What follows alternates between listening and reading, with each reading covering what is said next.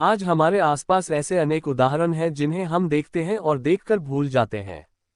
मसलन, मैंने अपनी दवाइयाँ कहाँ रख दी हैं? कल कौन से मेहमान आए थे? क्या तुमने मुंह क्वेश्चन मार्क। बाजार से कुछ लाने को कहा था, शायद मैं कुछ भूल रहा हूँ, पर क्या भूल रहा हूँ ये याद नहीं आ रहा। ऐसी अनेक बातें हमें सुनाई देती हैं और कई बार तो हमारे साथ घटती भी हैं, जिन्हें हम नज़रअंदाज कर देते हैं। अगर युवा अवस्था में किसी के साथ ऐसा हो तो सोचते हैं कि हो सकता है वह भूल गया हो या लापरवाह हो। अगर किसी के साथ बुढ़ापे में हो तो कहा यह जाता है कि उम्र का दोष है, जबकि यह दोष न तो उम्र का है और न ही लापरवाही का। ये कसूर है उस बीमारी का जिसे अल्जाइमर्स या डिमेंशिया अवस्था कहते हैं। अल्जाइमर्स बीमारी से आज देश विदेश में अनेक लोग पीड़ित हैं। अल्जाइमर्स ऐसी बीमारी है जिससे मरीज धीरे धीरे अपनी याददाश्त खोने लगता है। इसका कोई इलाज नहीं है, लेकिन इस बीमारी को जल्दी पहचान लिया जाए तो मरीज की बेहतर देखभाल की जा सकती है। अल्जाइमर्स बढ़ता हुआ न्यूरोलॉजिकल डिसऑर्डर वाला रोग है जिसमें ब्रेन सेल्स डेड होने लगते हैं। भारत में 7% जनसंख्या 60 वर्ष से ऊपर है और इनमें 3% स्मरण शक्ति के विभिन्न रोगों से पीड़ित हैं। दुनिया भर में करीब 5 करोड़ लोग इस बीमारी की विभिन्न स्टेजों में हैं। इस बीमारी के बारे में लोग बहुत कम जानते हैं। ये रोग इन लोगों के व्यवहार, निर्णय लेने की क्षमता और दिनचर्या पर प्रतिकूल असर डालता है। अल्जाइमर्स रोग से पीड़ित व्यक्ति अपना सामान भूल जाते हैं और नई जगहों पर भ्रमित हो जाते हैं।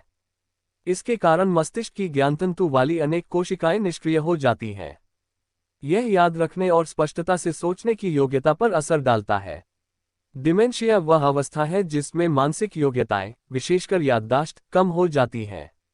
जिन कामों और बातों को याद रखने में व्यक्ति पहले सामर्थ्यवान था, अब वही बातें वह भूलने लगता है।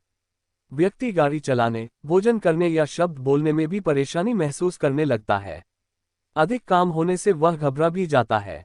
न्यूरोलॉजिस्ट बताते हैं कि ये बीमारी वैसे तो 60 साल से अधिक उम्र के लोगों को होती है, पर अब ये युवाओं को भी होने लगी है।